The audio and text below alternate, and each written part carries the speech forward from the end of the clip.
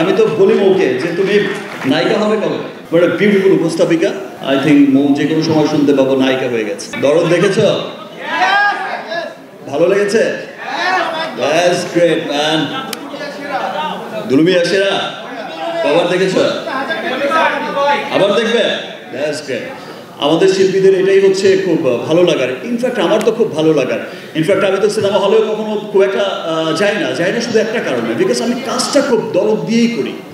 আমি অল্প সিনেমা করি, খুব দরদ দিয়ে কাজটা করার চেষ্টা করি। এবং আমি চাই যে লোক, আমি যদি হলে যাই, আমি অনেক সময় দেখেছি যে আমি বসে আছি, আশপাশ থেকে সবাই ওই দিকে না দেখে এই দিকে দেখছে। বাট আমার তখন মনে হয় যে আমার সিন তো মিস করে ফেললো। এই জায়গায় তো আমি ফাটিয়ে এক্সপ্রেশন দিয়েছি, কি ভাই সামনে দেখো এই দিকে কি ওই দিকে দেখো।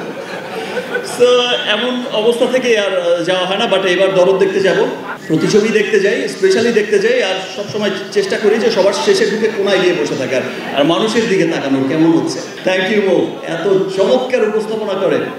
আমি তো বলি মৌকে যে তুমি নায়িকা হবে কবে। শুধু নায়িকাদের বলেই যাচ্ছে সুন্দরী, বিউটিফুল, এই ওই, বড় বিউটিফুল উপস্থাপিকা। এবং আই থিঙ্ক মৌ যে কোনো সময় শুনতে পাবো নায়িকা হয়ে গেছে। Thank you.